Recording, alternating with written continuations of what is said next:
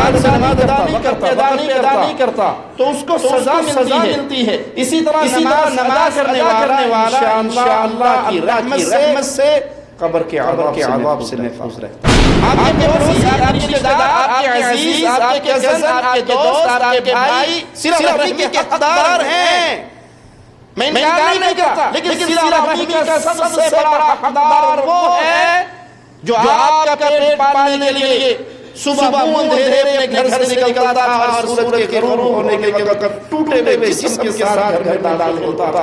اگر مشرک ہے، اگر غیر اللہ کی پوجا کرنے میں مرا ہے، اگر غیروں کو پکارتے میں مرا ہے، اگر مرنے سے پہلے اس نے المدد یا غوث کے نعرے لگائے ہیں، مردوں کو پکارا ہے، ڈھیری والوں کو پکارا ہے، تو جو بیچارے فوت ہو کے جا چکے ان کے ترلے لیتا رہا ہے. اے خالق و مالک کو اس نے نہ سمجھا، نہ اس کی وحدانیت کو پہچانا، حالت شرک میں مرا ہے، تو پھر نہ اس کی نماز، نہ اس کا روزہ، نہ اس کا حج، نہ اس کی زکوٰۃ، نہ اس کا حسن سلوک، نہ اس کا اچھا اخلاق، نہ پڑوسیوں کی خدمت، نہ ماں باپ کی خدمت، وہ سارے عمل ہباء منثورا مٹی کی طرح اڑا دیے جائیں گے، اس کے کام نہیں آئیں گے اگر اس کے عقیدے میں شرک ہوا. دجال کا فتنہ واقعی بہت بڑا فتنہ ہے. مسلمان ہونے کے ناطے پیارے نبی صلی اللہ علیہ وسلم سے تو سن کے ہم لے آئے، لیکن آج جب میدان کے اندر پیروں فقیروں جھولی کہانیوں کو دیکھتے ہیں جن کے پلے میں کچھ نہیں، جو ڈرامہ باز ہے، جو دھوکے باز ہے، جو دین کے دشمن، عزت کے دشمن، مال کے دشمن ہیں، ان کی جعلی پھوکوں پہ عورتیں، مرد، بچے گر رہے ہیں. ان کو دیکھ کر یقین ہو جاتا ہے کہ آج دجال نکل آیا تو ان سے بڑا وہی بن جائے.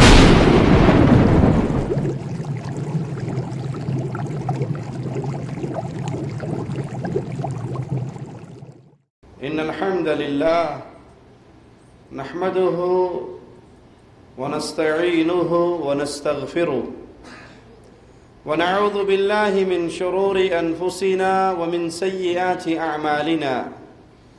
من يهده الله فلا مضل له ومن يضلل فلا هادي له.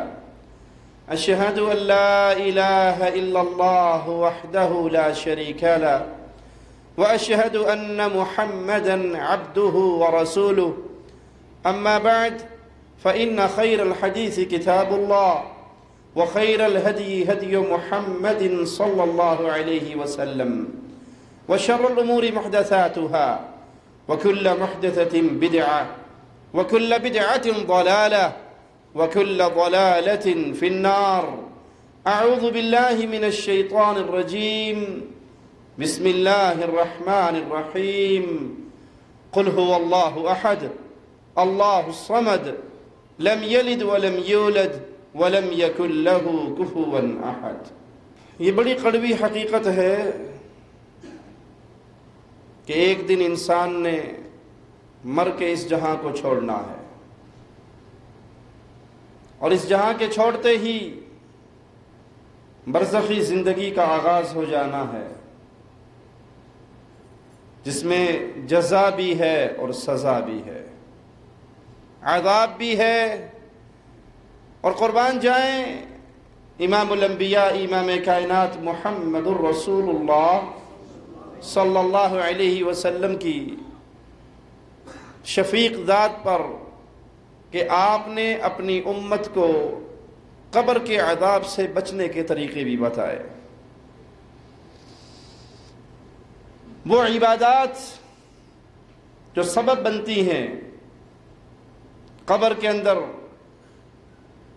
انسان کی حفاظت کی اور عذاب کے درمیان اور اس آدمی کے درمیان رکاوٹ بن جاتی ہیں، اس میں ایک عمل، بلکہ اگر یوں کہا جائے ایک بہت بڑا عمل، وہ نماز کا عمل ہے. جیسے پچھلے درس میں ہم نے حدیث سنائی کہ قبر کے اندر سزا مل رہی ہے اس شخص کو جو نماز کے وقت پہ سویا رہتا ہے، جماعت سے نماز ادا نہیں کرتا، وقت پہ ادا نہیں کرتا، تو اس کو سزا ملتی ہے. اسی طرح نماز ادا کرنے والا انشاءاللہ اللہ کی رحمت سے قبر کے عذاب سے محفوظ رہتا ہے۔ نماز ایک بہت بڑا عمل ہے، نماز ایک بہت بڑی نیکی ہے، اور نماز کا ترک کر دینا، مستقل نماز کا تارک بن جانا، وادی ایمان سے نکل کے کفر کی وادی میں کھڑا ہو جانا ہے۔ نماز کے بعد بہت بڑی نیکی، اللہ مال دے تو اس میں سے زکوٰۃ ادا کرنا۔ یہ مال اللہ کا دیا ہوا ہے، اور فقیروں، غریبوں، یتیموں کا حق بھی اس میں اللہ نے رکھا ہے۔ اپنے مال میں سے وقت پہ زکوٰۃ ادا کرنا بڑا اہم اور ضروری عمل ہے، اور ساتھ ہی بہت بڑی نیکی ہے، اور ایک ایسی نیکی ہے جو انسان کو قبر کے عذاب سے بچانے کا ذریعہ بنتی ہے۔ روزہ رکھنا بھی ایک بہت بڑا اسلام کے ارکان میں سے ایک رکن ہے، بہت بڑا عمل ہے، اتنا بڑا عمل ہے کہ اللہ مالک روزے دار کے لیے کہتا ہے الصوم لی، اس نے روزہ میرے لیے رکھا ہے، اس کی جزا بھی قیامت کے دن میں دوں گا۔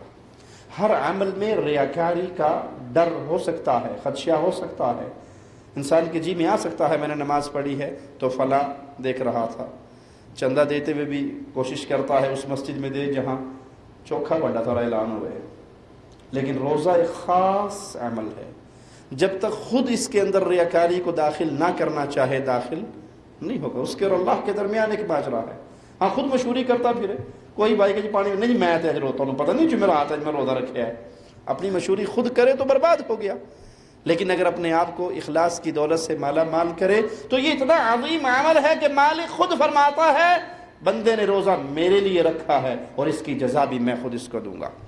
اسی طرح صدقہ خیرات اور صلہ رحمی، صدقہ و خیرات بلاؤں کو ٹالتا ہے، مصیبتوں کو ٹالتا ہے، ایک روایت میں آتا ہے کہ اللہ کے غضب کو ٹھنڈا کرتا ہے صدقہ، اور ایک اور روایت میں ہے پیارے حبیب علیہ الصلوۃ والسلام فرماتے ہیں صدقے کے ذریعے اپنے مریضوں کا علاج کرو۔ بیماری آتی ہے، انسان ڈاکٹروں کے چکر کاٹتے ہوئے ہزاروں لگا دیتا ہے، لیکن کسی یتیم کے منہ میں لقمہ ڈالنے کی اسے توفیق نہیں ہوتی، اور ادھر ہزاروں لگانے سے پہلے اگر وہ کسی یتیم اور بیوہ کا سہارا بن جائے تو اس صدقے کی وجہ سے آنے والی بلاؤں کو اللہ ٹال دیتا ہے۔ عذاب قبر سے بھی یہ عمل انسان کو نجات دلاتا ہے۔ صلہ رحمی، رشتہ داروں کے ساتھ اچھا سلوک کرنا، اور یہاں میں ایک جملہ زور دے کر کہوں گا، صلہ رحمی کی سب سے اعلیٰ شکل اپنے ماں باپ کے ساتھ اچھا سلوک کرنا۔ آپ کے پڑوسی، آپ کے رشتہ دار، آپ کے عزیز، آپ کے کزن، آپ کے دوست، آپ کے بھائی صلہ رحمی کے حقدار ہیں، میں انکار نہیں کرتا، لیکن صلہ رحمی کا سب سے بڑا حقدار وہ ہے جو آپ کا پیٹ پالنے کے لیے صبح منہ اندھیرے اپنے گھر سے نکلتا تھا اور سورج کے غروب ہونے کے وقت ٹوٹے ہوئے جسم کے ساتھ گھر میں داخل ہوتا تھا، سارا دن آپ کا چہرہ دیکھنا بھی اس کو نصیب نہیں ہوتا تھا، لیکن آپ کی بہتر زندگی کے لیے، آپ کے بہتر مستقبل کے لیے، آپ کے لیے حلال لقمہ تلاش کرنے کے لیے وہ خون پسینے کی کمائی لا کر رات کو آپ کو کھلاتا تھا، وہ اس بات کا حقدار ہے کہ صلہ رحمی میں سب سے پہلے اس کو یاد رکھا جائے، اس کو یاد رکھا جائے جو رات کو آپ کے رونے پہ ساری رات اپنے کندھے سے لگا کر گھومتی تھی، اپنی ماں کو صلہ رحمی کے موقع پہ بھولا نہ جائے۔ صلہ رحمی میں سب سے اعلیٰ شکل یہ ہے کہ انسان اپنے ماں باپ پر احسان کرے، ان پہ خرچ کرے، ان کی خدمت کرے، ان کے سامنے زبان چلانا تو بہت دور کی بات ہے، شریعت نے اف کہنے کی بھی اجازت نہیں دی ہے۔ ماں کوئی حکم دے، باپ کوئی حکم دے، بیٹا یہ کہنا تو بہت دور کی بات ہے، میں نہیں مانتا، میں نہیں کرتا، میرے پاس ٹائم نہیں ہے، یہ تو بہت دور کی بات ہے۔ اس کے حکم کو سن کے تنگ آ کر صرف کہنا اف،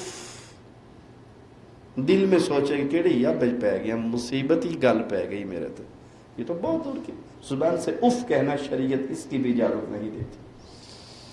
اور اب تو اللہ من رحم ربی، ماں باپ کو ٹٹول کے دیکھ لیں، اچھے بھلے دیندار ماں باپ، دیندار اولاد، دکھ اولاد کا ایسا ہے کہ غم کے اندر پنگلے جا رہے ہیں۔ چند دن پہلے ہی ایک عالم نے ایئرپورٹ پر ایک منظر دیکھا جو اس نے اپنی تقریر میں شیئر کیا۔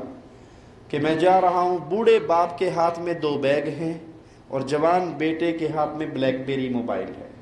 بوڑھا باپ بیگ کھینچتا ہوا لے جا رہا ہے اور بیٹا بلیک بیری پہ کسی سے چیٹ کرتا ہوا جا رہا ہے۔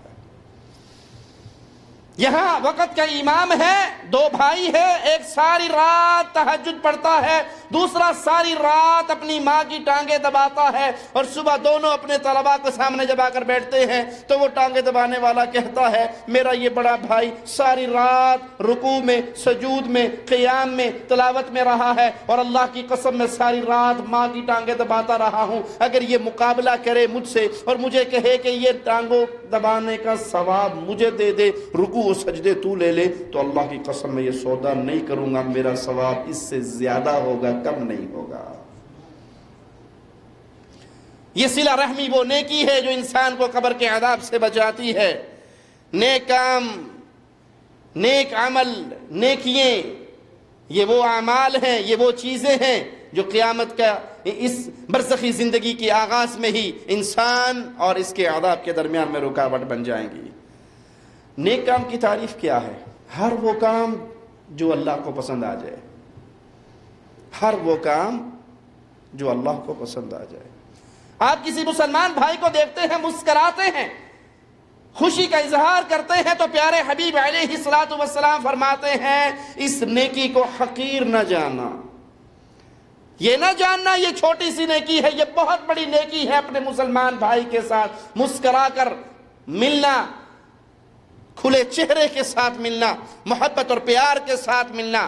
آپ نے راستے میں سے کانٹا اٹھا کر بھی اگر سائڈ پہ رکھا ہے اور دل میں یہ نیت ہے کہ کوئی مسلمان بھائی میرا یہاں سے گزرتے ہوئے اس میں الجھ نہ جائے، تو یہ بھی وہ نیکی ہے جو انسان کو قبر تو قبر رہی جہنم کے عذاب سے بھی بچا دیتی ہے۔ نیک عمل میں ہر وہ عمل جو خالص اللہ کے لیے کیا جائے اور اللہ اسے پسند کر لے۔ آپ نے 2 بھائیوں میں صلح کروا دی، بہت بڑی نیکی ہے۔ کسی کو نیکی کا حکم دیا، کسی کو برائی سے روکا، نیکیوں میں بہت بڑا عمل ہے۔ لوگوں کے ساتھ حسن سلوک، اچھا برتاؤ، اچھا سلوک، پیار و محبت کی گفتگو، خیر اور صلاح کی باتیں، یہ وہ نیکیاں ہیں جو انسان کی قبر میں اس کے لیے ذخیرہ بننے والی ہیں، اور حسن سلوک میں آپ کے بہن بھائی، آپ کی بیوی بچے، آپ کے ماں باپ، یہ سب سے ٹاپ لسٹ میں رہیں گے۔ دوستوں سے تو انسان مسکراتا ہے، کیوں؟ دوستی خراب ہو جائے گی نہیں مسکرائے گا تو۔ مدیر کے سامنے تو بڑا اچھا اخلاق پیش کرتا ہے، آفیسر کے سامنے، باس کے سامنے، کیوں؟ جاب سے نکال دے گا اگر وہ بدتمیزی کرے گا، لیکن بوڑھے ماں باپ تو کچھ بھی نہیں کر سکتے نا۔ آپ کی گھر بیٹھی بیوی تو کچھ بھی نہیں کر سکتی، آپ کے چھوٹے چھوٹے معصوم بچے تو کچھ بھی نہیں کر سکتے۔ آپ کے حسن سلوک کا وہاں پتہ لگے گا جہاں بغیر لالچ اور بغیر خوف کے آپ کو اپنی انسانیت دکھانی پڑے۔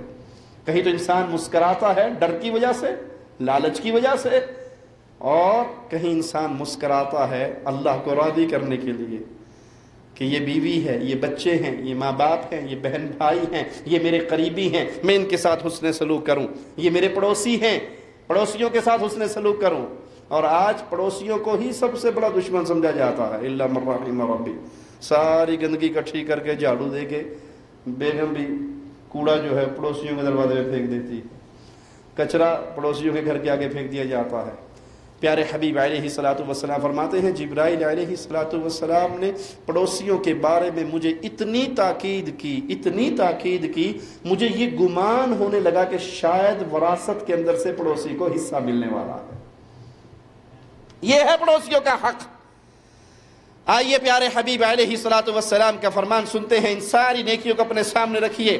آپ فرماتے ہیں اللہ کی قسم، اس ذات کی قسم جس کے ہاتھ میں محمد علیہ الصلوۃ والسلام کی جان ہے، جب لوگ مرنے والے کو سپرد خاک کر کے واپس لوٹ جاتے ہیں وہ ان کے قدموں کی چاپ سنتا ہے، اور اگر وہ صاحب ایمان ہوتا ہے، مومن ہوتا ہے، ایمان والا ہوتا ہے، شرط بنیادی،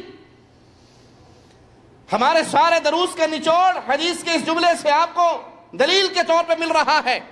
ہمارا سارا زور اللہ کی وحدانیت کی دعوت کی طرف، پکار کی طرف، ایمان کی طرف زور ہوتا ہے، اور یہاں پیارے حبیب علیہ الصلوۃ والسلام ان نیکیوں سے پہلے بنیاد کیا بیان کر رہے؟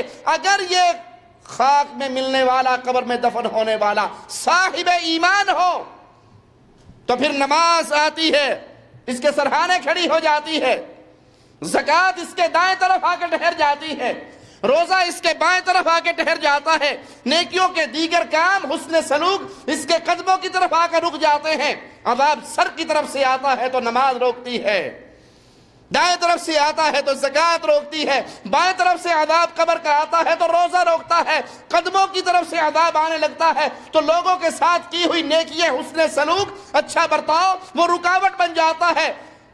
اللہ کے بندے کی حفاظت ہو رہی ہے، کہیں نماز کھڑی ہے، کہیں روزہ کھڑا ہے، کہیں زکوٰۃ کھڑی ہے، کہیں نیکیاں کھڑی ہیں، لیکن نہ بھولنا بندے کے لیے شرط پیارے نبی صلی اللہ علیہ وسلم نے کیا لگائی، اگر یہ صاحب ایمان ہے، اگر مشرک ہے، اگر غیر اللہ کی پوجا کرتے ہوئے مرا ہے، اگر غیروں کو پکارتے ہوئے مرا ہے، اگر مرنے سے پہلے بھی اس نے المدد یا غوث کے نعرے لگائے ہیں، مردوں کو پکارا ہے، ڈھیری والوں کو پکارا ہے، وہ جو بیچارے فوت ہو کے جا چکے ان کے ترلے لیتا رہا ہے، ایک خالق و مالک کو اس نے نہ سمجھا، نہ اس کی وحدانیت کو پہچانا، حالت شرک میں مرا ہے، تو پھر نہ اس کی نماز، نہ اس کا روزہ، نہ اس کا حج، نہ اس کی زکوٰۃ، نہ اس کا حسن سلوک، نہ اس کا اچھا اخلاق، نہ پڑوسیوں کی خدمت، نہ ماں باپ کی خدمت، وہ سارے عمل ہباء منثورا،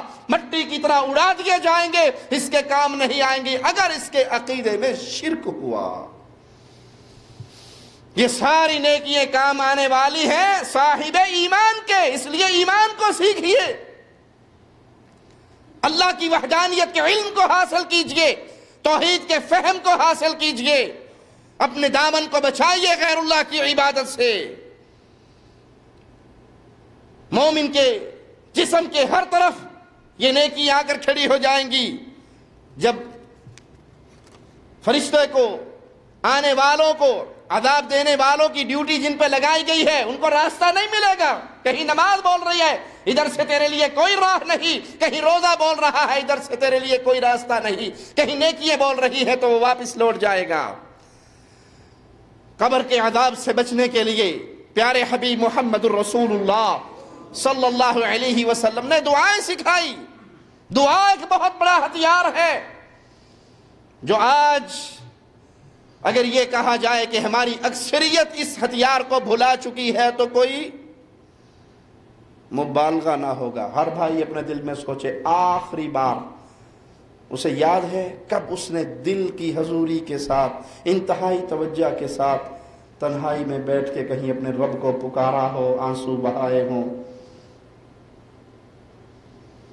ہم نے تو اللہ کے ایسے ولیوں کو بھی دیکھا ہے جن کی دعائیں قبول نہیں ہوتی تو وہ صرف دعا کرنے کے لیے اللہ کے گھر چلے جاتے ہیں، ایک مسئلے میں پھنسے ہوئے ہیں، بڑے دنوں سے دعا مانگ رہے ہیں، قبول نہیں ہو رہی تو بیت اللہ جاتے ہیں، زمزم پی کے دعا کریں گے، طواف کر کے دعا کریں گے، سعی کر کے دعا کریں گے، حجر اسود کو چومیں گے، ملتزم کے پاس کھڑے ہوں گے، چپٹیں گے، مانگیں گے اللہ سے۔ وہ دعائیں منگوانے کے لیے، دعائیں قبول کروانے کے لیے اللہ کے گھروں میں جاتے ہیں، اور کئی ایسے بد نصیبوں کو دیکھا ہے جو وہاں جا کر بھی دل اللہ سے لگانے کی بجائے کیمرے والے سے لگاتے ہیں، ہاتھ اٹھا کے ڈرامہ کرتے ہیں اور موبائل کسی اور کو پکڑاتے ہیں کہ میری چنگی جی تصویر کڈی یار، میں دوستاں ہوں بھیجنی، فیس بک تے چڑھانی ہے۔ دعا بہت بڑا ہتھیار ہے جو پیارے حبیب علیہ الصلوۃ والسلام نے سکھایا۔ کیوں؟ دعا مانگنے سے خالق اور مخلوق کا رشتہ مضبوط ہوتا ہے، انسان اپنے اللہ کو پکارتا ہے۔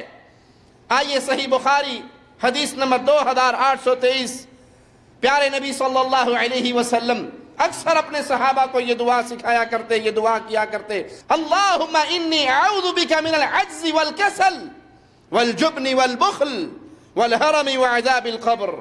اے اللہ میں تیری پناہ چاہتا ہوں لاچاری، سستی، کاہلی، اچھا بھلا بندہ کام کرنے کو دل ہی نہیں کرتا، اور جی سستی ہے، جی نماز پہ گئے، جی بڑی سستی، یہی مصلی بچھا کے 2 رکعتیں پڑھ لیے، مسجد جانے کی ہمت نہیں ہوئی۔ انسان کے اوپر یہ سستی کا، یہ کام نہ کرنے کا جذبہ، ٹوٹ پھوٹ جسم کے اندر، کسلان جسے کہتے ہیں جی، بس وہ ایسا طاری ہو جاتا ہے. پیارے حبیب علیہ السلام دعا کرتے ہیں اللہ میں تیری پناہ چاہتا ہوں اس بیماری سے، بزدلی سے. بزدل بن جانا، دل انتہائی کمزور ہو گیا، ہر چیز سے ڈرتا ہے. جب خالق سے رشتہ کمزور ہوتا ہے تو مخلوق کا ڈر اپنے آپ دل میں. اچھا بھلا بندہ بریف کیس لے کے گھر سے نکلا، 15 منٹ بعد واپس آ گیا. شیخ صاحب آپ تو سفر پہ جا رہے تھے. ہاں جی، وہ کالی بلی دروازے تو نکلے ہی ساتھ اگو لنگ گئی. اور وہ نجومی بابا نے بتایا تھا کہ کالی بلی راستہ کاٹ جائے تو وہ خیر نہیں ہوتی. یہ بھی مسلمان ہے جو کالی بلی سے ڈر کے واپس آ جاتا ہے. یہ مسلمانوں والے کام تو نہیں ہے. بزدلی وہ بیماری ہے، وہ مرض ہے. پیارے نبی صلی اللہ علیہ وسلم کہہ رہے ہیں اللہ تیری پناہ چاہتا ہوں. کنجوسی، اچھا بھلا مالدار ہے، پیسے ہیں، پراپرٹی کا مالک ہے، بینک بیلنس ہے، لیکن ایسا کنجوس ہے کہ بچے اس کے طرف رہے ہیں روٹی کھانے. ایک پلاٹ بیچ دے تو 60 سال تک اس کی اولاد کھاتی رہے تو ختم نہ ہو. کروڑوں کا مالک، لیکن پوچھو جی شیخ صاحب کا سبزی دیتی ہے گھر میں کھانے والے 10 آدمی، جی بالکل 1.5 کلو ٹنڈے لے آ کے دیتے سن میں. وہ ایک ہفتے تک اسے 1.5 کلو ٹنڈے ہی نہیں بھولتے کہ میں نے گھر میں 1.5 کلو ٹنڈے دیے تھے. اللہ نے تجھے جو کچھ نوازا ہے تیرے اوپر ذمہ داریاں ہیں. تیری اولاد ہے، تیری بیٹیوں کی عمریں 30 سال سے زیادہ، 35 سال سے زیادہ ہو گئی، اور تو سانپ بن کے اس تجوری کے اوپر بیٹھا ہے جو مال تجھے ماں کے پیٹ سے نہیں ملا، تیرے رب نے دیا ہے. اور تیرے اوپر ذمہ داریاں لگائی ہے. جہاں اولاد کا حق ہے ماں باپ کے اوپر، وہاں ماں باپ کے حق ہے اولاد کے اوپر. یہ نہیں کہ آپ ساری عمر اولاد کو سمجھاتے رہے ماں باپ کے بڑے حق ہیں. کوئی اس میں شک نہیں، ماں باپ کے بڑے حق ہیں، لیکن اولاد کا حق بھی نہ بھولیے. صحابی آتے ہیں کہتے ہیں یا رسول اللہ صلی اللہ علیہ وسلم میرا جی چاہتا ہے میں سارا مال اللہ نام دے کے چلا جاؤں. آپ نے کہا تیری اولاد نہیں ہے، تجھے سارا مال اللہ کے نام پہ دینے کی اجازت نہیں. کہا اچھا پھر آدھا تو اجازت دے دے، آدھا مال اللہ کو دے دوں. آپ نے کہا نہیں، آدھے کی بھی اجازت نہیں ہے، ہاں ثلث کی اجازت ہے، تیسرے حصے کی اجازت ہے. اور یہ بھی یہاں پر یہ الفاظ ادا فرمائے میرے آقا علیہ الصلوۃ والسلام نے کہ یہ بھی بہت زیادہ ہے. یہ بھی بہت زیادہ، اجازت دے دی لیکن کہا لیکن بہت زیادہ ہے.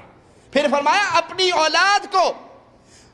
اولاد کو فراخی کی حالت میں چھوڑ کے جانا یہ بہت بہتر ہے اس سے کہ تم سارا کچھ اللہ کے نام پہ بانٹ جاؤ، اور اولاد تمہاری سانس لینے کے لیے، ٹکڑے کھانے کے لیے، پیٹ بھرنے کے لیے لوگوں کے دروازوں کے اوپر ہاتھ پھیلاتی پھرے.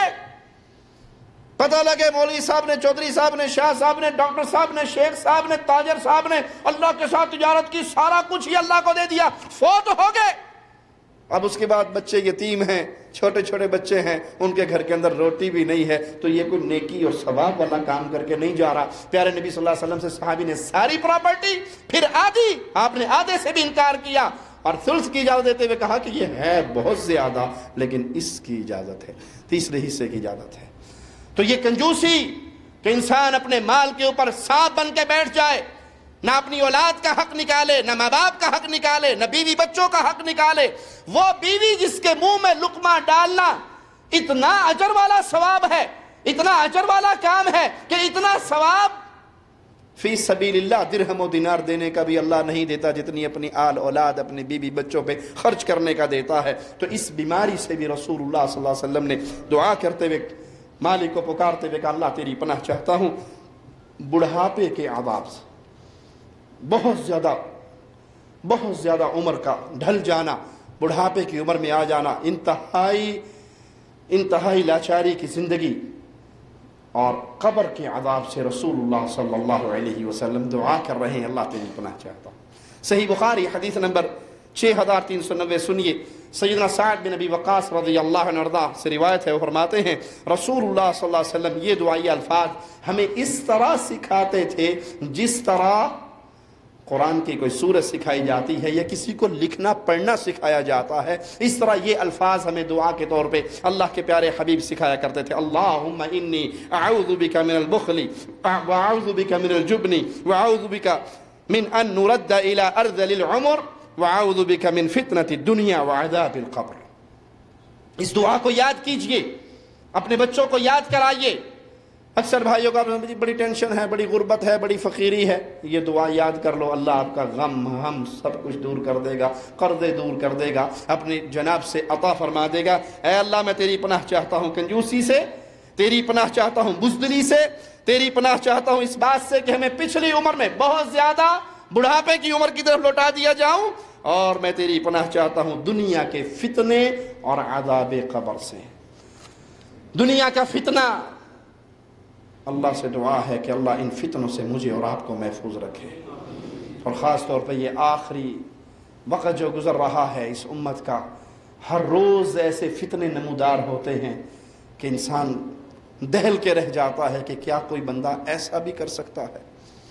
یہ چند دن پہلے ہی ایک بہت بری خبر پڑھنے کو ملی، دو نوجوان نکلنا چاہتے تھے، بھاگنا چاہتے تھے، عراق جانا چاہتے تھے، ماں باپ نے منع کیا، ماں باپ نے منع کیا کہ ادھر نہ جاؤ، ان تکفیریوں کے ساتھ نہ ملو۔ دو بیٹے اٹھے، 70 سال کی بوڑھی ماں، 75 سال کا بوڑھا باپ چھروں سے ذبح کر ڈالا۔ ہائے کتنا بڑا فتنہ ہے۔ ماں باپ جن کو اف کرنے کی اجازت نہیں، ماں باپ حالت شرک میں بھی ہوں، ماں باپ یہودی بھی ہوں، ماں باپ عیسائی بھی ہوں، ماں باپ کمیونسٹ بھی ہوں، تب بھی ان کے ساتھ بدتمیزی کی اسلام اجازت نہیں دیتا، اور ان کا خون بہا دیا جائے اسلام کے نام پہ۔ ارے خون بہانے والوں، اسلام تو وہ دین ہے، دریا کے کنارے بیٹھ کر وضو کرنے والے کو حکم دیا جا رہا ہے کہ پانی زیادہ استعمال نہ کرنا۔ جس اسلام میں پانی بہانے کی، پانی ضائع کرنے کی اجازت نہیں، اس اسلام میں خون بہانے کی اجازت ہے۔ یہ خون کی ہولی کھیلنے والوں اور اندھے ہو جانے والوں، اپنی جماعتوں کے تعصب میں ایسے ڈوب کے مر جانے والوں، نہ تمہیں ماں ماں نظر آئے، نہ باپ باپ نظر آئے، یہ کون سا دین، یہ کون سا ارے یہ فتنے ہیں جس کے اندر نوجوان اندھے ہو کر گر رہے ہیں۔ یہ کوئی جہاد نہیں، یہ کوئی خیر نہیں، یہ کوئی نیکی نہیں، یہ ہلاکتیں ہیں، بربادیاں ہیں، ظلم ہے۔ آؤ تمہیں ایک اصلی جہاد کا واقعہ میں سناتا ہوں، پیارے حبیب محمد رسول اللہ صلی اللہ علیہ وسلم کے دور کا۔ یمن سے چلنے والا چلا، پیارے حبیب علیہ السلام کے پاس پہنچا اور کہا آپ کی خدمت میں رہنا چاہتا ہوں، آپ کے جھنڈے کے نیچے جہاد کرنا چاہتا ہوں۔ کہا یمن میں تمہارے ماں باپ ہیں؟ کہا جی یمن میں میرے ماں باپ ہیں۔ کس حال میں چھوڑ کر آئے ہو؟ اجازت دی انہوں نے آنے کی؟ کہا اجازت تو دور کی بات ہے، میں تو ان کو روتا اور بلبلاتا ہوا چھوڑ کے آیا ہوں۔ کہا واپس لوٹو، واپس لوٹو، یہ آیا ہے مصطفیٰ کے جھنڈے کے نیچے صلی اللہ علیہ وسلم لڑنے کے لیے، یہ آیا ہے پیارے نبی کا خادم بننے کے لیے، یہ آیا ہے پیارے نبی کا دست و بازو بننے کے لیے صلی اللہ علیہ وسلم۔ اور پیارے حبیب محمد کریم فدا ہو ابی و امی صلی اللہ علیہ وسلم کہتے ہیں لوٹ جاؤ، واپس یمن جاؤ، جیسے ماں کو رلا کر آئے ہو اس کو ہنساؤ، جیسے باپ کو رلایا ہے اس باپ کو ہنساؤ، ان کے قدموں میں رہ کر جہاد کرو۔ یہ تکفیریوں کے فتنے ہیں جنہوں نے نوجوانوں کو ایسے برباد کر دیا، نہ ان کو اپنی قوم نظر آتی ہے، نہ اپنا دین نظر آتا ہے، نہ اسلام نظر آتا ہے، نہ مصطفیٰ علیہ السلام کے وہ فرامین نظر آتے ہیں جس میں آپ منع کرتے ہیں مذہبی رہنماؤں کو قتل نہ کرنا، کافر بھی ہو، آپ کے ساتھ جنگ بھی کر رہا ہو، آپ ان کے ملک کو فتح بھی کر لیں، تب بھی ان کی گرجا گھروں میں بیٹھے ہوئے ایسے افراد جو دنیا سے کنارہ کش ہو کر اپنے مذہب پہ لگے ہوئے ہیں، پیارے حبیب صلی اللہ علیہ وسلم نے ان کو قتل کرنے سے منع کیا، عورتوں کو قتل کرنے سے منع کیا، بچوں کو قتل کرنے کرنے سے منع کیا، بوڑھوں کو قتل کرنے سے منع کیا، فصلوں کو اجاڑنے سے منع کیا۔ ایک عورت کی لاش دیکھی تھی پیارے حبیب علیہ السلام نے، تو کہا تھا کس ظالم نے یہ کیا ہے؟ آپ نے کیڑیوں کے جلے ہوئے ایک بل کو دیکھ کر کہا تھا اللہ کی لعنت ہو، ان کو کس نے جلایا ہے؟ یہاں تو کیڑیے جل جائیں تو پیارے حبیب کی مبارک زبان سے لعنت کی بد دعائیں نکلتی ہیں۔ اور یہ کیسا فتنہ ہے تکفیریوں کا کہ اگر ماں روکے تو چھرا لے کے اپنی ماں کو بھی کاٹ دیا جائے۔ دنیا کے ان فتنوں سے پیارے حبیب علیہ السلام نے دعا کرتے ہوئے کہا اللہ تیری پناہ چاہیے۔ اور اسی طرح قبر کے عذاب سے، دجال کے فتنے سے، اس کے شر سے، کیونکہ دجال کا فتنہ اس امت کے فتنوں میں بہت بڑا فتنہ ہے۔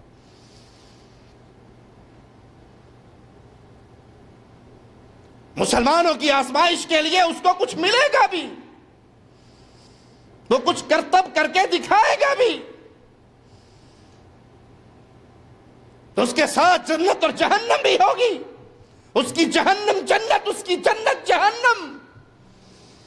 وہ زمین سے کہے گا انگوریاں نکل تو نکلے گی، وہ بارشیں برسائے گا، یہ سارے ڈرامے وہ کر کے دکھائے گا۔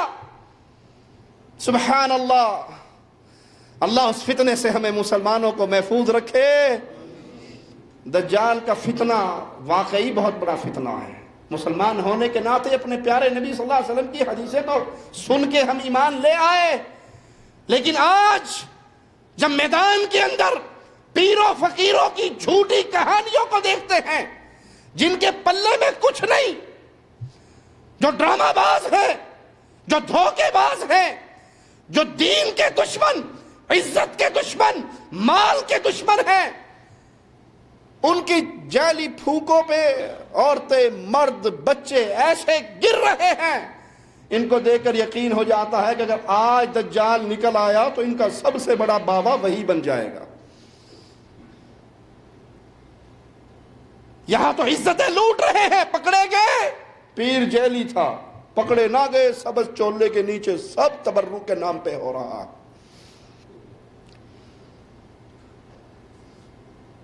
ایک ظالم کو میں نے دیکھا جس نے پڑوسی کی بچی کو پالا ہوا تھا، منہ بولی بیٹی بنا کے گود لیا ہوا تھا، ایسا کوئی مجرم اس کے گھر میں آیا کہ اگر حقیقی اولاد چاہیے تو اس زندہ کو قبر میں دفن کر دے، اس مجرم نے زندہ کو قبر میں دفن کر دیا۔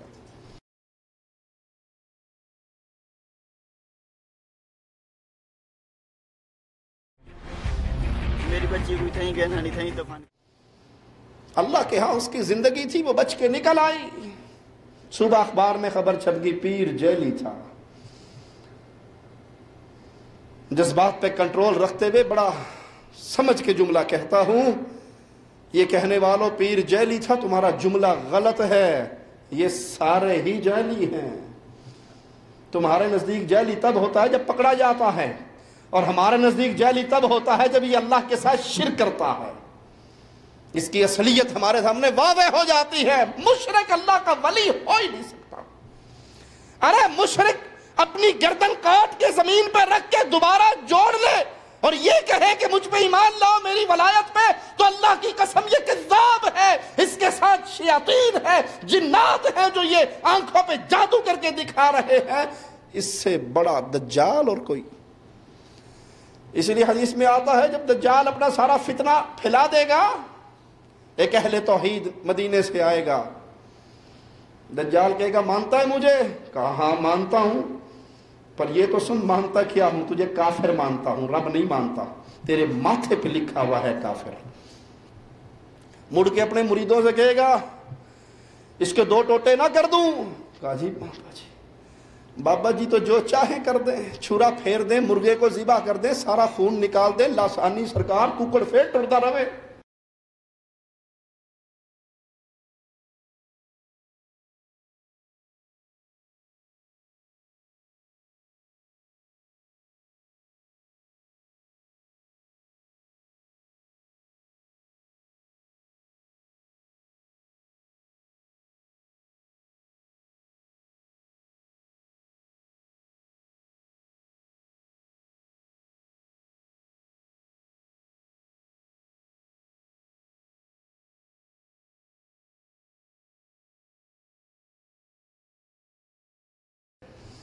ایسے پہنچی ہوئی سرکار ہے، تو اس کے تو گستاخ کے ہونے ہی 2 ٹکڑے چاہیے. دجال مار دے گا، 2 ٹکڑے کرے گا، درمیان میں چلے گا، بڑا اترائے گا اور پوچھے گا ٹھیک ہے؟ کہا جی بالکل، بڑا بڑا بادی گستاخ سی ہونا ہی ہمیں چاہیے دے دینا. کہا زندہ کر دوں؟ کہا بابا جی کمال، بابا جی کے تھوک سے یہ ہو جاتا ہے، ڈنڈوں سے یہ ہو جاتا ہے، تعویذ سے یہ ہو جاتا ہے، پتھر سے یہ ہو جاتا ہے، بابا گال بھی کٹ دے تو کم ہو جاتا ہے. بابے کا کیا کہنا، بابا کوئی عام شے ہے. کہا زندہ کر دوں؟ کہا جی جناب، اور مرید آ جائیں گے آپ کے، زندہ کر کے کھڑا کر لے گا. کہا اب سنا، مجھے مانتے ہو؟ کہا اللہ کی قسم یقین اور بڑھ گیا، تو کافر ہے، رب نہیں ہے، تو دجال ہے جس کی خبر ہمیں محمد نے دی تھی صلی اللہ علیہ وسلم. اب دجال زور لگا لے گا، اس مومن کو دوبارہ نہیں مار سکے گا. یہ دجال کا فتنہ بہت بڑا فتنہ ہے. اور قربان جائیں پیارے حبیب علیہ السلام کی رحمت و بھری سیرت پر. فرمایا جو سورۃ کہف کی پہلی 10 آیتیں حفظ کر لے، یاد کر لے، ان کو پڑھ لے، دجال اس کا کچھ بگاڑ نہیں سکتا. آج بھی یہ جتنے کرامتوں والے بابے ہیں، ایک پیر صاحب ہے، پیر کرنٹ شاہ، انگل نال کرنٹ مار دینے. میرا ایک بھائی دوست پڑوسی ہمارا، اس نے مجھے خود یہ واقعہ سنایا کہ پیر صاحب کے پاس وہ جو پیر بابا مر گیا ہے بڑے والا سیف الرحمان سیفی، کہ تب میں اس کی مجلس میں گیا، لیکن اللہ کی قسم میں نے اس کے کمرے میں داخل ہونے سے پہلے آیت الکرسی پڑھی، 4 کل پڑھے، اپنے جسم پہ دم کیا، اور میں اس کے پاس داخل ہو گیا. وہ انگلی کا اشارہ کرتا اور دنیا لوٹ پوٹ ہوتی، اور اس نے ٹل لگا لیا، اشارے بھی کیے، میرا ہاتھ بھی پکڑا، دبایا بھی، سارا کچھ کیا، مجھے کچھ نہیں ہوا. آخر میں تنگ اگلا وابیان نکلے تھے. کیوں؟ شیاطین ہیں اس کے پاس. آپ آیت الکرسی پڑھ لیں، شیطان آپ پہ اثر نہیں کرے گا. فلق ناس پڑھ لیں تو شیطان کا زور نہیں چلے گا. سورۃ کہف کی ابتدائی 10 آیتوں کو حفظ کیجئے، اور کہیں ان شیاطین سے ٹاکرا ہو جائے ان کو پڑھ لیں. دجال کچھ نہیں بگاڑ سکتا تو دجال کی اولاد کیا کر سکے گی. اسی طرح رسول اللہ صلی اللہ علیہ وسلم نے قبر کے فتنے سے اور فقیری کے فتنے سے، امیری کے فتنے سے اللہ کی پناہ مانگی. اس میں آتا ہے کہ کفر اور فقر، ان کی سرحدیں بڑی قریب ہوتی ہیں. بھوک کی وجہ سے انسان کفر کر بیٹھتا ہے، یہ بھی بہت بڑا فتنہ ہے. اور امیری، یہ بھی بہت بڑا فتنہ ہے. آپ دیکھ لو، الا من رحم ربی، جیب بھری بھی ہو اور اسے مسجد میں نماز نصیب ہو جائے، بہت ہی شاد و نادر ہوگا. وہ گھر بھی بنائے گا تو اتنی دور جہاں مسجد کی اذان کی آواز ہی نہ آئے. اور مولوی اس کے لیے 2 ٹکے کا نہیں، مولوی 5000 روپے تنخواہ، میں 10 مولوی کر رکھ لوں. میں دین ملتا کہاں سے ہے؟ یہ مسجد سے، یہ عالم سے. پیسہ آتا گیا، امیری کا فتنے میں پڑا، علماء سے بھی متنفر ہو گیا اور مساجد سے بھی دور ہو گیا، گیا برباد ہو گیا. تو پیارے نبی صلی اللہ علیہ وسلم کے اس فرمان میں قبر کے عذاب سے پناہ کے لیے، بچنے کے لیے یہ دعا سکھائی کہ انسان دعا کرے، اللہ مالک کے سامنے ہاتھ اٹھائے، روئے، مانگے اور رب کی پناہ میں آ جائے ان فتنوں سے. قبر کے عذاب کا فتنہ، جب منکر نکیر پہنچیں گے، سوال و جواب ہوں گے، اس وقت انسان فتنے کا شکار ہوگا. اس لیے حدیث میں آتا ہے پیارے نبی صلی اللہ علیہ وسلم نے ایک صحابی کو دفن کیا اور باقی صحابہ سے کیا کہا؟ اپنے بھائی کی ثابت قدمی کے لیے دعا کرو، اب اس سے سوال و جواب ہو رہا. اس وقت سوال و جواب، جس کے منہ سے حالت ایمان میں جو مرا ہوگا وہ حالت ایمان میں اللہ کی رحمت کے ساتھ ثابت قدم ہو کے جواب دے گا. یہ رٹے مارنے والے سوال نہیں ہیں. ابھی تو حال یہ ہو گیا، ایک پیر صاحب کی تقریر ہم سن رہے، پیر صاحب کہنے لگے کہ بندہ دفن ہوا قبر میں، فرشتے پہنچ کے کہا من ربک؟ کہا پیر عبد القادر جیلانی کا دھوبی ہوں. کہا میں نے سوال کیا ہے من نبیک؟ کہا تجھے کہا نہیں میں پیر عبد القادر جیلانی کا دھوبی ہوں؟ کہا ما دینک؟ تو مردے نے اٹھ کے اپنا کفن سے بازو نکالی چڑھائی کہ میں تم دس دا جی بات نہیں ہے سوال جات کرنے سے. تو فرشتے مڑ کے چل پڑے, اللہ کے پاس پہنچ کے کہا اللہ یہ تو قبر کا سسٹم تبدیل ہو گیا کیا؟ ہم تو پرانے سسٹم پہ گئے تھے, من ربک من نبیک ما دینک, ہم نے تو یہی 3 سوال کیے. اور وہاں وہ کہہ رہا ہے میں پیر عبد القادر جیلانی کا دھوبی ہوں, میں پیر جیلانی کا دھوبی ہوں, مجھے کیا پتا رب کون ہے اور نبی کون ہے, اور میں تو بس اتنا جانتا ہوں کہ پیر صاحب کے کپڑے دھوتا تھا, پاک پانی سے دھوتا تھا, ان کو صاف کر کے تہ لگاتا تھا اور پیر صاحب کو دے کر پھر واپس آ جاتا تھا, بس اتنا جانتا ہوں. نعوذ باللہ ثم نعوذ باللہ. وہ پیر صاحب کہتے ہیں اللہ نے کہا کوئی بات نہیں, اگر ہمیں نہیں جانتا ہمارے غوث کو تو جانتا ہے, جاؤ معاف کیا. دیوبندیوں کے امام اور ساری دیوبندیت جن کے نام کے سامنے اپنا سرے ادب جھکاتی ہے, اس کا نام اشرف علی تھانوی صاحب ہے. وہ اپنی کتاب فضائل یومیہ کے اندر 3 مقامات کے اوپر لکھا. اس کے علاوہ تھانوی صاحب کی 7 کتابوں کے اندر موجود ہے کہ میرے غوث الثقلین کا ایک دھوبی تھا, میرے غوث الثقلین کا ایک دھوبی تھا.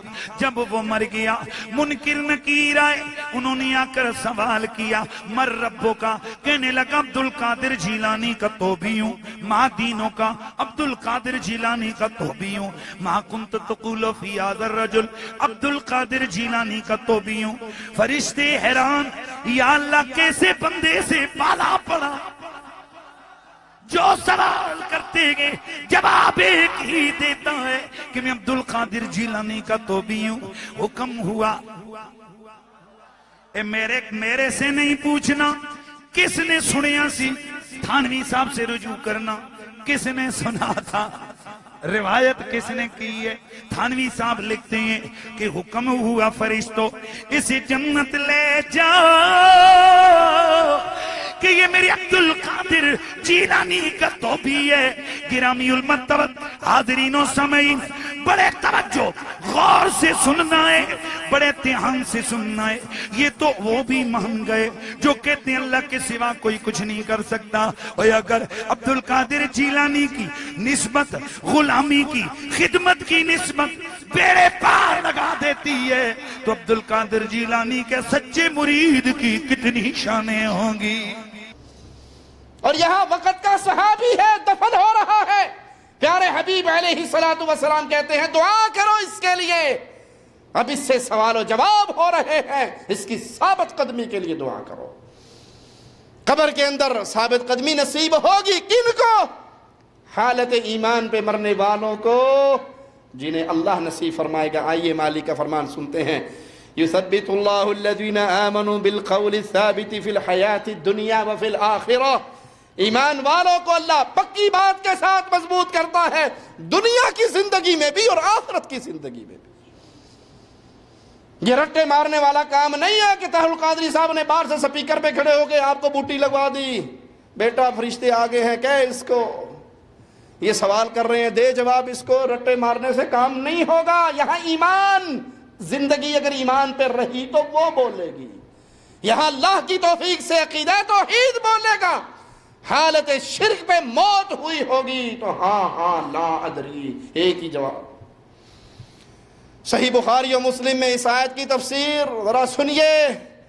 موت کے بعد قبر میں جب مسلمان سے سوال کیا جاتا ہے تو جواب میں اس بات کی گواہی دینا کہ اللہ کے علاوہ کوئی معبود برحق نہیں اور محمد الرسول اللہ صلی اللہ علیہ وسلم اللہ کے رسول ہے. یہی ثابت قدمی ہے, یہی قبر کا وہ فتنہ ہے جس میں آزمایا جائے گا, اور یہی وہ الفاظ ہیں جو ثابت قدمی والے الفاظ ہیں کہ انسان وہاں پر ایک خالق و مالک کو نہ بھولے. جس نے زندگی میں نہیں بھولایا وہ وہاں بھی انشاءاللہ نہیں بھولتا. اور عذاب قبر کافر کو, منافق کو, اور بعض گناہوں کا بھی ذکر آتا ہے ان کے ارتکاب کرنے والوں کو ہوگا. اللہ سے دعا ہے اللہ اپنی رحمت سے ہمیں قبر کے عذاب سے محفوظ فرمائے.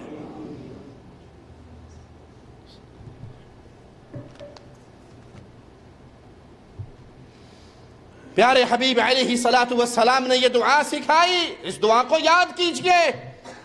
اس دعا کو پڑھیے، اس دعا کے ذریعے اپنے مالک کو پکاریے اور اس قبر کے منظر کو اپنے سامنے رکھیے۔ قبر کا عذاب برحق ہے، گمراہ ہیں وہ لوگ جو قبر کے عذاب کا انکار کرتے ہیں۔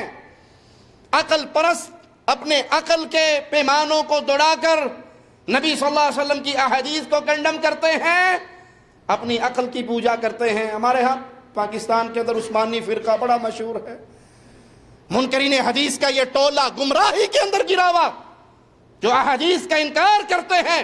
جی یہ وہ قبر ہی نہیں ہے، وہ قبر اور قبر ہے، یہ قبر اور قبر ہے، وہ عذاب اور ہے، یہ عذاب اور ہے۔ اللہ اپنے نبی سے کہہ رہا ہے ان کی قبروں پہ کھڑا نہ ہو۔ وہ کون سی قبر پہ کھڑے ہوتے تھے؟ صلی اللہ علیہ وسلم۔ آئیے صحیح مسلم حدیث نمبر 963 سنتے ہیں۔ نماز جنازے کی جو دعائیں اللہ کے رسول صلی اللہ علیہ وسلم نے سکھائی، ان دعاؤں کے اندر یہ دعا بھی سکھائی، اپنے مردے کے لیے دعا کرو اللہ اس کو قبر کے عذاب سے محفوظ رکھے۔ وَعِذْهُ مِنْ عَذَابِ الْقَبْرِ، اس کو محفوظ رکھنا عذاب قبر سے، یہ دعا ہے جو رسول اللہ صلی اللہ علیہ وسلم نے سکھائی۔ وہ خوش نصیب جو قبر کے عذاب سے محفوظ رہیں، ان میں ایک بہت بڑا خوش نصیب وہ ہے جو اللہ کے راستے میں شہید ہوا۔ اللہ تجھے تیرے پیارے ناموں کا واسطہ ہے مولا، تجھے تیرے پیارے چہرے کا واسطہ ہے مولا، ہمیں اہل شرک کے ہاتھوں شہادت کی موت دیکھے جنت الفردوس میں پیارے نبی کا پڑوس عطا فرمانا۔ شہید سے مراد کون ہے؟ تو یہ شہید ایویں جیویں کسی 2 نمبر کمپنی دی مور نہیں ہوندی جڑا مرضی بنوا کے ٹھپے لائی جاوے، ہر کسی کے اوپر ٹھپا لگ رہا ہے، یہ بھی شہید، وہ بھی شہید، یہ بھی شہید، وہ بھی شہید، یہ بھی شہید۔ نہ عقیدہ دیکھتے ہیں، نہ ایمان دیکھتے ہیں، نہ اس کے عقائد کو پرکھتے ہیں، نہ اس کے اعمال کو پرکھتے ہیں، بس دریا میں ڈوب کے مر گیا، لڑکیوں کو چھیڑتا ہوا شہید، الیکشن میں نعرے مارتا ہوا مر گیا شہید، بے حیائی کرتا ہوا مر گیا شہید، عشق مشوقی کرتا ہوا گیا شہید عشق۔ انا للہ و انا الیہ راجعون۔ شہید ہے کون؟ وہ مجاہد جو اللہ کی راہ میں لڑے اور لڑتا ہوا مارا جائے، اس کا مقصد یہ ہو اللہ کی توحید غالب آ جائے، لا الہ الا اللہ کا جھنڈا لہرائے، شرک مٹ جائے، اللہ مالک کی عبادت میں جو شریک کر کے طواغیت بنا لیے گئے ہیں ان کا انکار کر دیا جائے، اور ایک لا الہ الا اللہ کی حکومت کو قائم کرنے کے لیے، توحید کو پھیلانے کے لیے لڑتا ہے، اور لڑتے لڑتے اپنی جان اپنے رب کے حوالے کر دیتا ہے۔ پیارے نبی صلی اللہ علیہ وسلم کا فرمان سنن نسائی میں موجود ہے، حدیث نمبر 2055 سنیے۔ سوال کرنے والا سوال کرتا ہے، ان رجلا قال یا رسول اللہ صلی اللہ علیہ وسلم ما بال المؤمنین یفتنون فی قبورہم الا الشہید۔ اللہ کے نبی صلی اللہ علیہ وسلم، اہل ایمان کو قبر کے فتنے میں مبتلا کیا جائے گا، لیکن کیا وجہ ہے کہ شہید اس فتنے سے محفوظ رہے گا، قبر کے عذاب سے بھی محفوظ رہے گا، قبر کے اس فتنے سے بھی محفوظ رہے گا؟ تو پیارے حبیب علیہ السلام نے فرمایا، اس شہید کے سر پہ تلواروں کی جو چمک تھی وہی فتنہ اس کے لیے کافی تھا، اس کی وجہ سے اللہ نے اس کو قبر کے فتنے سے بھی محفوظ کر دیا۔ اللہ کی توحید کے لیے لڑنا، اپنی جان کو لے کے بمباری کے نیچے کھڑے ہونا، تلواروں کے سامنے پیش کرنا، یہ کوئی چھوٹا عمل ہے؟ اللہ ایسا راضی ہوتا ہے ان شہداء سے کہ ان کو قبر کے عذاب کے فتنے سے محفوظ کر دیا جاتا ہے۔ پہرے دار وہ مجاہد جو مسلمان حکومت کی سرحد پہ کھڑے ہو کر پہرا دیتا ہے، جو اسلامی سرحدوں کی حفاظت کرتا ہے، ایسے ممالک کی سرحدوں کی حفاظت کرتا ہے جو توحید کی بنیاد پہ قائم ہوئے، جہاں لا الہ الا اللہ کا نظام غالب ہے، جہاں سے شرک کے نشانوں کو مٹا دیا گیا ہے، اور اہل شرک اس توحید کے پھلتے پھولتے بوٹے کو دیکھ کر غیظ و غضب میں جل رہے ہیں کوئلوں پہ، اور یہ پہرے دار سرحد پہ کھڑا ہے، حفاظت کر رہا ہے تاکہ مسلمان بہنیں آرام سے سو جائیں، مسلمان بھائی بچے اپنے گھروں میں سکون کی نیند کریں، ان کو سکون کی نیند سے سلانے کے لیے وہ ساری رات جاگ رہا ہے۔ پیارے حبیب محمد الرسول اللہ صلی اللہ علیہ وسلم فرماتے ہیں وہ آنکھ جو راتوں کو جاگ کر پہرے دیتی ہے اللہ کے راستے میں، اللہ ایسی آنکھ پہ جہنم کی آنکھ کو حرام کر دیتا ہے۔ مبارک ہو ان مسلمان بھائیوں کو جو آج مملکت سعودی عرب کے جنوب کے اوپر پہرا دے رہے، جہاں رافضیت، ایرانی چمچے، ایرانی گدھے پہ سوار ہو کر حوثی قبائل جو اللہ کے دشمن، توحید کے دشمن، قرآن کے دشمن، صحابہ کے دشمن، اہل بیت کے دشمن، میرے رسول کی پیاری ازواج کے دشمن ہیں، یہ مسلمان ان کی آنکھوں میں آنکھیں ڈال کر مسلمانوں کی سرحدوں کی حفاظت کر رہے اور اس راستے میں قبول بھی ہو رہے۔ انشاءاللہ اللہ ان کی شہادت کو قبول فرمائے، جام شہادت بھی نوش کر رہے۔ یہ وہ عظیم عمل ہے، یہ وہ عظیم عمل ہے کہ اس پہرے دار کو اللہ قبر کے عذاب سے محفوظ کر دیتا ہے، اس فتنے سے محفوظ کر دیتا ہے۔ سنن نبی داؤد کے اندر یہ روایت ہے، پیارے حبیب صلی اللہ علیہ وسلم کا فرمان سنیے، حدیث نمبر 2500۔ آپ فرماتے ہیں کل المیت یختم علی عملہ الا المرابط، انسان مرتا ہے اس کے نامہ اعمال سمیٹ دیے جاتے ہیں، روک دیے جاتے ہیں، سوائے پہرے دار کے۔ پہرے دار اگر پہرا دیتے ہوئے اللہ کے ہاں چلا گیا، اس کو موت ہو گئی، فَإِنَّهُ يَنْمُو لَهُ عَمَلُهُ إِلَى يَوْمِ الْقِيَامَةِ، تو اس کا وہ عمل پروان چڑھتا رہتا ہے، قیامت تک جاری و ساری رہتا ہے۔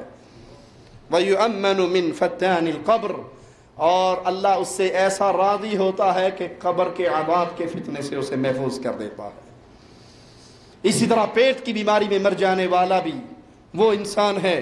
اہل ایمان پر آزمائشیں آتی ہیں، آزمائشوں کے اندر ہی ایک بیماری بھی آزمائش ہے۔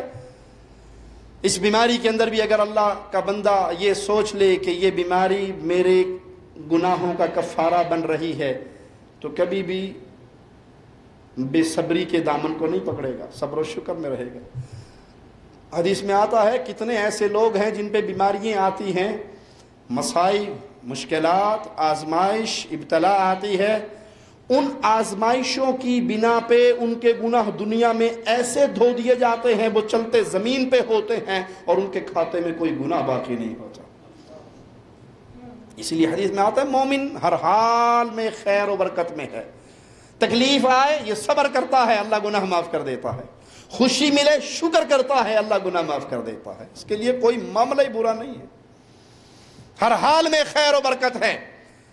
تو اگر کوئی بندہ بیمار ہو جائے اور اسے پیٹ کی بیماری لگ جائے اور اسی میں اس کی موت واقع ہو جائے، تو یہ بھی وہ خوش نصیب ہے جسے قبر کے عذاب سے محفوظ کر لیا جائے گا۔ جامع ترمذی حدیث نمبر 1064 کو سنیے، من یقتلہ بطنہ فلن یعذب فی قبرہ، جو پیٹ کی بیماری میں مارا جائے، پیٹ کی تکلیف میں اس کی موت واقع ہو جائے، یہ وہ ہے جس کو قبر کے اندر عذاب نہیں دیا جائے گا۔ صحیح بخاری حدیث نمبر 5733 کا سنیے، اس میں بھی یہی اشارہ ملتا ہے، المبطون شہید، پیٹ کی بیماری میں جس کو موت آتی ہے، اس مرض میں مرتا ہے، یہ بھی اللہ کے ہاں شہداء کی فہرست کے اندر شامل ہے۔ ایک اور عمل جس کو آپ اور میں بڑی آسانی سے کر سکتے ہیں، جس کو اللہ توفیق عطا فرمائے، آپ کہیں گے جی وہ شہید، دل تو چاہتا ہے شہید ہو جاؤں لیکن سنیں سارے جان سے ہی مار دیتے ہیں۔ اوکھا کام بتایا ہے آپ نے، وہ پہرے والا بھی کام بڑا مشکل ہے، پہرے پہ کھڑا ہونا، سامنے سے پتہ نہیں کب گولی آ جائے، کب تیر آ جائے، کیا بنے۔ سوکھا کام قبر کے عذاب سے بچنے کے لیے بڑا ہی آسان کام، لیکن اس کے لیے آسان ہے جس کے دل میں وہ اندھیری رات بسی بھی ہو کہ ایک رات میں نے جا کے اکیلے سونا ہے، جہاں بیگم صاحبہ ساتھ نہیں ہوں گی، بھائی ساتھ نہیں ہوں گے، دوست نہیں ہوں گے، اور یہ گلیکسی S5 بھی نہیں ہوگا، واٹس ایپ فیس بک نہیں ہوگی، تنہا خالی ہاتھ قبر میں جا کے لٹا دیا جائے گا، سارے لوٹ آئیں گے، سارے لوٹ آئیں گے۔ وہاں سے بات جو میں نواں موبائل لیا سی یار، ہائی تو میں لائن مسے ڈاؤن لوڈ کی سی، کسی نے کال بھی نہیں کر سکیا، اوتے دے جاؤ، کوئی نہیں دے کے جائے گا۔ نئی گاڑی خریدی تھی، اس کی چابی تو دے جاؤ، کوئی نہیں دے کے جائے گا، سب کچھ گیا خالی ہاتھ۔ آپ کے بہترین سوٹ پہ کئی کی جیبیں ہوتی ہیں، کفن کی کوئی جیب نہیں ہوتی، کفن کسی درزی سے سل کے نہیں آتا، کفن کے لیے کسی مغسلے سے اس کو پریس کر کے بہترین کلف لگا کے، بعض بندے کلف کا سوٹ پہنتے نا لا کے، وہ اچھے بھلے سگے بھائی کو بھی گلے نہیں ملتے، یار دوروں ہو کے نہ سلام کر لیں، میری استری نہ خراب ہو جائے، میں کلف لوایا ہے۔ یہ ایک لباس ہے جس کو پہن کے میں نے اور آپ نے قبر میں جانا ہے۔ ایک عمل ہے بڑا آسان، اور وہ کیا ہے؟ آئیے پیارے نبی صلی اللہ علیہ وسلم کا فرمان سنتے ہیں۔ سورۃ الملک ہی المانعۃ من عذاب القبر، رات کو سونے سے پہلے 29واں پارہ پہلی سورۃ ملک، جو اس کی تلاوت کرتا ہے ہر سونے سے پہلے، یہ سورت ایسی ہے، اللہ نے اس کو یہ شان دی ہے، یہ عذاب قبر اور اس بندے کے درمیان میں آڑ بن جائے گی، قبر کے عذاب کو قریب نہیں آنے دے گی۔ سونے سے پہلے بی بی سی دیکھ کے، واٹس ایپ دیکھ کے، ٹویٹر دیکھ کے سونے والوں، میرا خیال ہے 3 منٹ نہیں لگتے ہوں گے اس سورت کو پڑھنے میں، 3 سے 5 منٹ لگا لو، 5 منٹ لگا لیں آپ، 5 منٹ میں یہ سورت پڑھ لی جائے، 5 منٹ آخرت کی اس پہلی منزل کے لیے جس پہ عثمان آتے تھے تو اتنا روتے تھے کہ داڑھی مبارک تر ہو جاتی تھی۔ سوال کرنے والا کرتا تھا کہ کبھی جہنم کے عذاب کو یاد کر کے ایسے نہیں روئے؟ کہا یہ پہلی سیڑھی ہے، یہ پہلا ایگزامینیشن ہال ہے، جو یہاں فیل ہوگا وہ آگے بھی برباد رہے گا، جو یہاں پاس ہوگا وہ آگے پاس ہوگا۔ تو یہ سورت، اس کو اللہ نے وہ شان بخشی ہے۔ عبداللہ بن مسعود رضی اللہ عنہ کا قول سنیے، جو آدمی ہر رات سورۃ الملک کی تلاوت کرتا ہے اللہ اسے عذاب قبر سے محفوظ رکھتا ہے۔ یہ سورت، اس کی یہ شان ہے، اس کا یہ فضل ہے، یہ اپنے پڑھنے والے کے ساتھ ایسی وفا اور محبت کرتی ہے کہ جو اس کو پڑھتا ہے وہ خیر کثیر کو پا لیتا ہے۔ قبر ہر صاحب قبر کو دباتی ہے، جب انسان قبر میں جاتا ہے ہر صاحب قبر کو ایک دفعہ بھیجا جاتا ہے، دبایا جاتا ہے۔ سورہ نسائی حدیث نمبر 2057 سنیے، پیارے نبی صلی اللہ علیہ وسلم نے فرمایا سیدنا سعد بن معاذ رضی اللہ عنہ کے بارے میں، ھذا الذی تحرک لہ العرش، یہ وہ صحابی ہے اس کی وفات پہ عرش آج حرکت میں آیا ہے، کانپ اٹھا ہے۔ وفتحت لہ ابواب السماء، آسمان کے دروازے کھول دیے گئے، 70,000 فرشتوں نے ان کا جنازہ ادا کیا، لیکن جب انہیں قبر میں رکھا تو پھر قبر نے ان کو ایسے بھینچا، اتنا دبایا، پھر پیارے نبی صلی اللہ علیہ وسلم نے اللہ کی حمد و ثنا بیان کی، اللہ نے اس قبر کو کھول دیا۔ ان للقبر ضغطہ، قبر نے ایک دفعہ دبوچنا ہے، بھینچنا ہے۔ اگر کوئی اس سے نجات پاتا تو سعد اس سے ضرور نجات پاتے۔ اس قبر کو نہ بھولیے، اس منظر کو اپنے سامنے رکھیے، اس کی تیاری کیجئے، اپنے 24 گھنٹوں کا حساب لگائیے، اس 24 گھنٹوں میں سے کتنے گھنٹے میں نے اس منزل کو سامنے رکھ کے طے کیے ہیں، میری زبان کا کون کون سا جملہ ہے جو وہاں پہ سانپ بن کے مجھے کاٹے گا، میرے مال کا کون کون سا حصہ ہے جس کی زکوٰۃ ادا نہیں کی اور وہاں پر وہ سانپ بن کے، بچھو بن کے میرے اندر زہر بھریں گے۔ یاد رکھیے، مالک کے علاوہ ہر شے کو فنا ہے، لیکن کچھ اللہ کی ایسی مخلوقات بھی ہیں جن کے لیے فنا نہیں ہے۔ ریڑھ کی ہڈی کے آخری مہرے کا نچلے والی نوکدار جو ہڈی ہے، صحیح مسلم میں حدیث نمبر 2955 ہے، پیارے نبی صلی اللہ علیہ وسلم کا فرمان ہے کہ آدم کے بیٹے کے تمام بدن کو مٹی کھا جاتی ہے سوائے ریڑھ کی ہڈی کے نچلے سرے کو۔ اسی سے انسان کو تخلیق کیا گیا اور اسی سے انسان کی دوبارہ ترکیب کی جائے گی۔ روح، اس کی حقیقت کیا ہے یہ تو اللہ ہی جانتا ہے، تاہم روح ایک ایسی مخلوق ہے جو فنا نہیں ہوگی۔ نیک بندوں کی روحیں جنت کے پرندوں کے کالم میں ڈھال دی جائیں گی اور وہ جنت کے اندر جہاں چاہیں گی اڑتی پھریں گی اور جنت کے درختوں کے پھل اور میوے کھائیں گی۔ اسی طرح جنت اور جہنم ہے تو مخلوق، لیکن جنت اور جہنم کے لیے بھی فنا نہیں ہے، یہ ہمیشہ رہنے والی ہیں۔ مالک ان کے بارے میں فرماتا ہے خالدین فیہا ابدا، جو ان میں جائے گا وہ ہمیشہ ہمیشہ ہی رہے گا۔ مالک عرش، مالک کہاں ہے؟ اللہ کہاں ہے؟ رحمان کہاں ہے؟ کچھ لوگ کہتے ہیں اللہ ہر جگہ پہ ہے، اللہ ادھر بھی ہے، اللہ ادھر بھی ہے، ادھر بھی دیکھوں تو ہی تو، ادھر بھی دیکھوں تو ہی تو. یہ سب صوفیہ کا باطل اور گمراہ عقیدہ ہے. الرحمن علی العرش استوى، رحمان اپنے عرش پہ ہے. جیسے رحمان کی شان کے لائق ہے، ہم اس کی کیفیت کو نہیں جانتے. ہمیں ایمان ہے کہ اللہ عرش پہ ہے، کیفیت مجہول ہے، سوال کرنا اس کے بارے میں بدعت ہے، ایمان لانا واجب ہے. اللہ اپنے عرش پہ ہے. جب سور پھونک دیا جائے گا، ہر چیز کو فنا ہوگی، تو عرش تب بھی باقی رہے گا. اسی طرح جنت کی حوریں، اسی طرح قلم، لوح محفوظ، یہ وہ چیزیں ہیں جن کو فنا نہیں ہوگی. اللہ سے دعا ہے جب ہماری موت کا وقت آئے، اس حال میں ہم موت کو گلے لگائیں کہ اللہ ہم سے راضی ہو، ہم اپنے اللہ سے راضی ہو، ہماری زبان سے لا الہ الا اللہ کا ترانہ گونج رہا ہو، ادھر ہماری روح نکل رہی ہو اور ادھر اس کے لیے جنت کے دروازے کھل رہے ہوں. اللہ ہمارے گناہوں کو معاف فرما دے، اللہ ہماری خطاؤں کو معاف فرما دے، اللہ ہماری سیاہکاریوں کو معاف فرما دے. اللہ ہم میں جو بے روزگار ہیں، اپنے فضل سے اے داتا، اپنے فضل سے اے غریب نواز، بندہ نواز، بندہ پرور، اپنے خزانوں سے ان کی غربت کو، فقیری کو دور فرما دے. اے اللہ جو بیمار ہیں، اللہ ان کو شفا عطا فرما دے. اے اللہ جن کے ماں باپ زندہ ہیں، ان کے ساتھ نیکی کرنے کی توفیق عطا فرما. اے اللہ جن کے ماں باپ فوت ہو کے تیرے پاس آ چکے ہیں، اے مولا ان کو کروٹ کروٹ جنت عطا فرما. اے اللہ جنہوں نے ظلم کیا، ہمارے بھائی ہمارے درمیان موجود ہیں، ان کے والد پر کسی ظالم نے ظلم کیا، انہیں قتل کیا، مظلومیت کی موت مرنے والا بھی انشاءاللہ شہداء کی فہرست میں ہے. اے اللہ تو ان پر رحمت فرما. اے اللہ تو ان کے درجات کو بلند فرما. اے اللہ تو انتقام ہے، اپنی شان کے مطابق ظالم سے انتقام لے.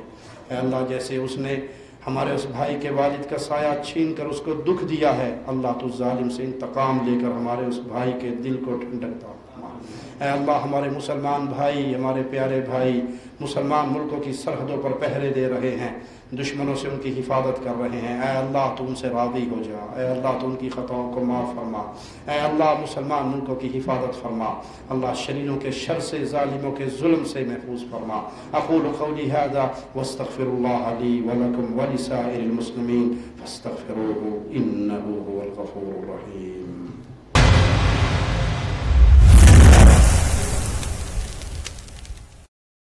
شب گریزاں ہوگی آخر جلوائے خورشید سے، یہ چمن معمور ہوگا نغمائے توحید سے.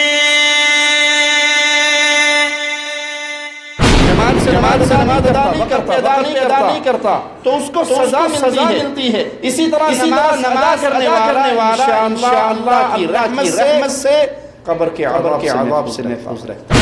آپ کے پڑوسی، آپ کے رشتہ دار، آپ کے عزیز، آپ کے کزن، آپ کے دوست، آپ کے بھائی صلہ رحمی کے حقدار ہیں. میں انکار نہیں کرتا، لیکن صلہ رحمی کا سب سے بڑا حقدار وہ ہے جو آپ کا پیٹ پالنے کے لیے صبح اندھیرے میں گھر سے نکلتا تھا اور سورج کے غروب ہونے کے وقت ٹوٹے ہوئے جسم کے ساتھ گھر میں